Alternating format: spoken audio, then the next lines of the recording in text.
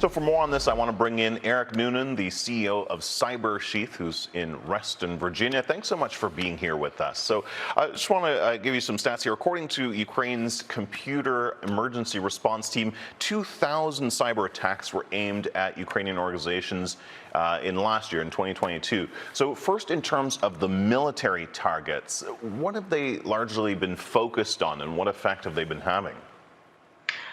Kim, thank you. So interestingly, early on in the war, what we saw was more attacks on military infrastructure. So think satellite and telecommunications infrastructure.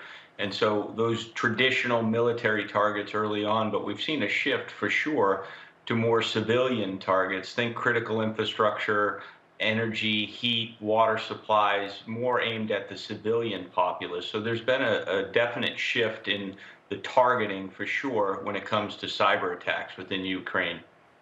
Yeah, more on the statistics. I mean, only about 300 of those 2,000 attacks were against the security and defense sector. The rest of them basically were against civilian targets, as you said, presumably to have a psychological effect rather than affecting the battlefield. Is that right? That's what we think, Kim, and I think the other thing to remember there is the civilian attacks, cyber attacks, obviously are much more visible, and we can see many of those in real time. And any attacks on military infrastructure, there's a tighter communication network there in terms of how that information ultimately comes out, whether or not the attacks were successful or not. So that's something we have to keep in mind as we measure these statistics is successful attacks against the military are less likely to be widely reported and visible than the attacks on civilian infrastructure.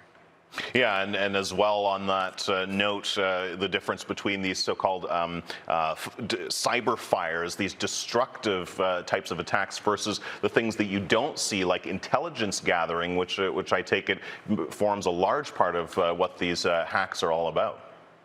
It's a great point, Kim, and I think so interesting. And so the intelligence gathering, espionage of cyber warfare is what we're used to seeing, certainly here in the Western world. But now in the Ukraine, we have an active conflict and multiple parties essentially trying out military doctrine that has been thought through and testing it in real time. And so now it's an active battlefield relative to cyber, less on the kind of espionage, intelligence gathering front, much more actively on the disruptive operations and destruction of equipment and information. And we're seeing that actively, which we've really never seen before at this scale and for such a sustained period of time. It's truly a historically incredible time in terms of being able to write and then adapt military doctrine as it comes to cyber warfare. Yeah, incredible and frightening. Who is behind this? Is it largely the state itself, or is Russia leveraging an army of sort of exterior cyber criminals? Well, it's another historical time on both fronts, Kim. So we have obviously clearly Russia as a nation state at the tip of the spear for all of these attacks, but then also on the other side, the United States, NATO allies, and then as you just highlighted, Microsoft and other private companies who have committed resources, information sharing, and other tools to the fight. And so on both sides, we're seeing something that we've really never seen at scale for such a sustained period of time before in the cyber domain of warfare. So again, on both sides, we have organized governments, militaries, nation states, and then also private corporations committing resources. And so the amount of learning that's being done now for things that were previously very much academic relative to cyber warfare is really incredible. This collaboration that you're speaking of between Ukraine and its allies, is that why Russia's cyber war, largely speaking, hasn't had the effect that many had predicted at the start of the war? I think it's a big part of the reason why. The other thing not to forget is that Ukraine is one of the most battle-tested relative to cyber warfare. Again, not espionage, not information gathering, but actual cyber warfare.